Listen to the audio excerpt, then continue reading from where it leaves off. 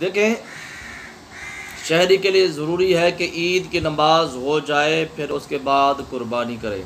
ये मसला मैं आपको बता चुका हूँ कि ईद की नमाज हो जाए फिर वो कुर्बानी करे। ईद की नमाज से पहले कर देगा तो कुर्बानी उसकी नहीं होगी। ये किसके लिए है? शहरी के लिए, देहाती के लिए ये बात नहीं है। अच्छा, अब सवाल ये होता है कि शहर में ईद की नमाज तो बहुत सारी जगहों पर होती है, लिहाजा अब क्या करें?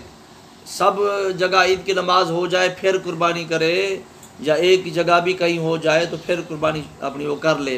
ये सवाल होता नहीं होता ना, जहन में आता है। लिहाजा यहाँ तो ईद होगी है शहर में, लेकिन जो ईदगाह है और बड़ी ईदगाह है या दूसरी जगह है वहाँ ईद नहीं हो भी, लिहाजा मैं जानवर ज़बह कर सकता हूँ कुर्बानी के, ये नहीं कर सकता। ठीक है ना, ये सवाल जहन में आता है।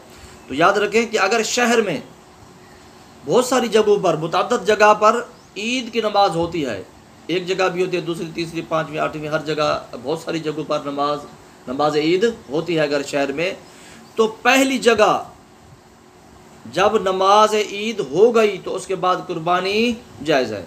ये नहीं अब